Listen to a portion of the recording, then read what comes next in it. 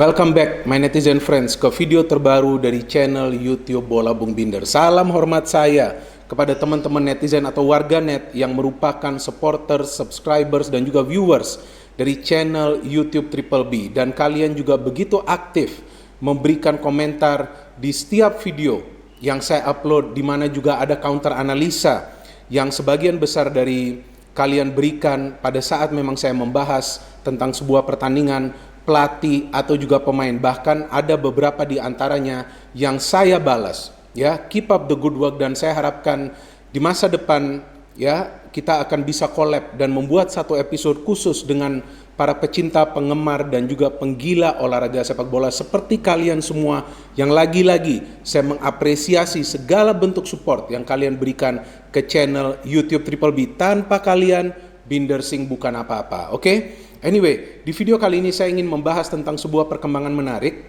dari Liverpool Football Club yang juga mengkhawatirkan bagi fans dari Liverpool. Karena ada lagi nih tambahan anggota dari lini pertahanan Liverpool yang cedera, yakni Joe Gomez. Pada saat memang ia berlatih bersama tim nasional Inggris. Joe Gomez merupakan pemain keempat dari sektor pertahanan yang cedera. Teman-teman sudah tahu lah ya, 3 pemain lainnya siapa saja, termasuk Fabinho nih. Fabinho juga sekarang kan sudah mulai diandalkan di lini pertahanan.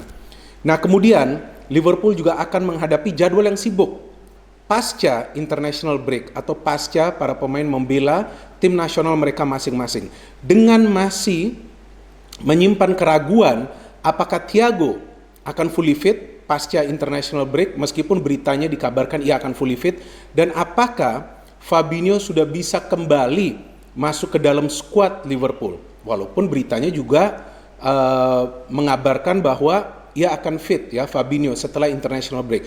Tapi kan segalanya bisa saja berubah lagi.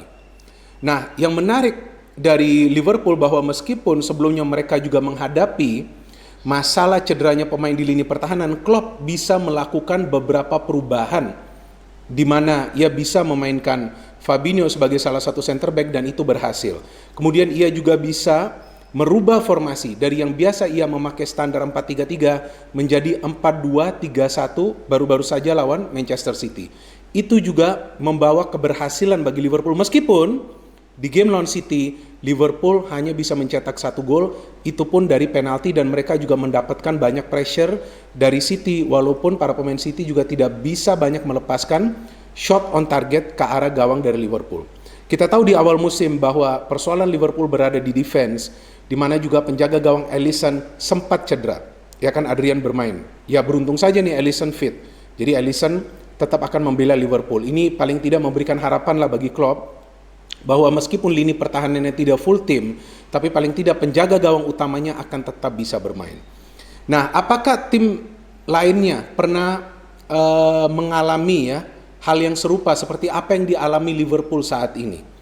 Mungkin teman-teman juga punya ingatan yang lebih baik ya daripada saya. Tapi kalau bagi saya, yang saya ingat justru musim lalu Tottenham Hotspur mengalami masalah yang serupa atau mirip, tidak sama seperti Liverpool, karena persoalan Tottenham Hotspur musim lalu adalah cederanya banyak pemain di lini serang, plus ada juga pemain di lini pertahanan dan juga penjaga gawang yang cedera, yakni Hugo Lloris. Tapi di lini serang, ya di sana kita lihat mereka tidak bisa memainkan pilar-pilar mereka, pemain-pemain inti mereka. Kane cedera, Son Heung-min cedera, Moura sempat cedera, Lamela cedera. Dan itu memberikan dampak yang negatif dalam arti hasil akhir bagi Tottenham Hotspur.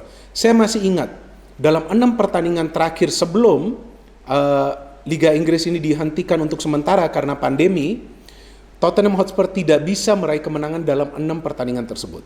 Dan mereka hanya bisa mampu mencetak 5 gol. Kemudian di 2 game UCL atau UEFA Champions League lawan Leipzig, Tottenham Hotspur justru tidak bisa mencetak 1 gol pun di home and away. Nah, itu menunjukkan bahwa ketika ada tim yang mengalami persoalan dengan kebugaran pemain di satu sektor yang berlebihan, artinya lebih dari 2 pemain yang absen, tentu akan berdampak pada performa tim tersebut jika memang cederanya berada di lini depan dari para pemain atau jika cederanya para pemain ini berada di sektor pertahanan. Nah, kali ini kan Liverpool berada di sektor pertahanan. Apa yang dilakukan oleh Jose Mourinho pada saat itu? Ia melakukan beberapa perubahan untuk menempatkan para pemain yang biasa bermain sebagai gelandang menyerang di lini depan, tapi tidak bekerja secara sempurna. Bahkan kalau menurut saya tidak efektif.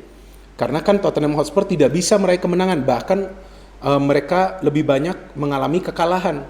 Nah, ini yang saya kira membuat Jose Mourinho juga menegaskan di beberapa preskon musim lalu bahwa pelatih manapun dengan situasi dan kondisi seperti saat itu tidak akan bisa membawa timnya untuk meraih hasil-hasil yang positif secara konsisten. Nah, sekarang masalah tersebut juga dialami oleh Jurgen Klopp seperti apa yang dialami oleh Jose Mourinho musim lalu. Bedanya, masalah Liverpool ini kan sekarang beradanya di lini pertahanan. Ini akan lebih berbahaya lagi bagi Liverpool, teman-teman. Dalam 2 atau 3 musim terakhir ya, semenjak Virgil van Dijk ini bergabung Januari 2018, defense Liverpool merupakan salah satu yang terbaik di English Premier League. Bahkan jika teman-teman perhatikan dalam 5 musim terakhir, klub-klub yang menjadi juara di Liga Premier Inggris itu memiliki rekor defense yang bagus.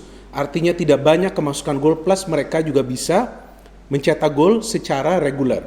Ya, itu yang menjadi sebuah kekuatan bagi Liverpool dalam 2 musim terakhir ini, sehingga mereka menjadi tim yang balance, bisa mencetak gol sebanyak mungkin. Tim lawan juga tidak bisa banyak mencetak gol ke gawang mereka. Segalanya mulai berubah pasca lockdown musim lalu, kemudian mulai mengkhawatirkan di awal musim. Klopp melakukan beberapa perubahan, oke, berhasil, tapi sekarang problemnya lebih besar lagi, because jika Fabinho tidak akan bisa bermain, because jika Thiago juga tidak akan bisa bermain, maka saya kira pemain yang berpengalaman yang akan bisa ditampilkan oleh Klopp di belakang praktis hanya Matip dan juga Robertson. Ya, mudah-mudahan Robertson juga tidak mengalami persoalan ya nanti ya dengan kebugarannya. Jadi saya kira Klopp akan perlu memaksimalkan pemain-pemain mudanya. Kita tahu ada Reece Williams, ada Nathaniel Phillips, ada juga Neco Williams yang sebetulnya sudah Klopp coba sebelumnya. Inilah kepintaran dari Jurgen Klopp. Sepertinya atau kemungkinan ia memiliki firasat, jangan-jangan nanti pemain-pemain saya mulai cedera. Karena kita tahu Jurgen Klopp juga mengeluhkan jadwal yang padat dari Premier League, ditambah juga dengan jadwal international matches bagi tim nasional, bagi para pemain. Jadi Klopp ini pintar, dia sudah mulai mencoba pemain-pemain mudanya.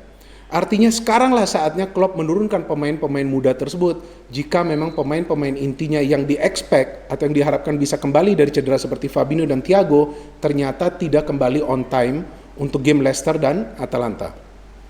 Tapi persoalannya jika formasi 4-3-3 tetap dipertahankan, nah ini yang bisa menyulitkan Liverpool. Karena formasi 4-3-3 tidak memberikan balance di lini tengah. Itulah makanya Klopp merubah formasi ini menjadi 4-2-3-1 untuk menaruh keseimbangan di lini tengah, karena ia menaruh 2 gelandang pekerja dan 2 gelandang yang bisa merebut bola dan melakukan recovery mendekati lini pertahanan, bukan di lini pertahanan, mendekati lini pertahanan.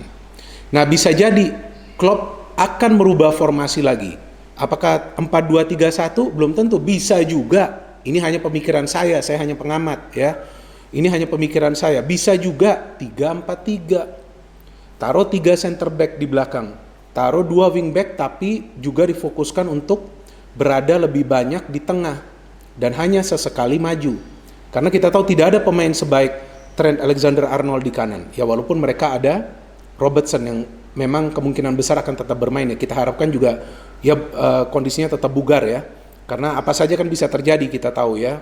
Bukan hanya dalam sepak bola, dalam hidup kita juga. Tapi kita harapkan pemain lain akan tetap bugar bagi Liverpool.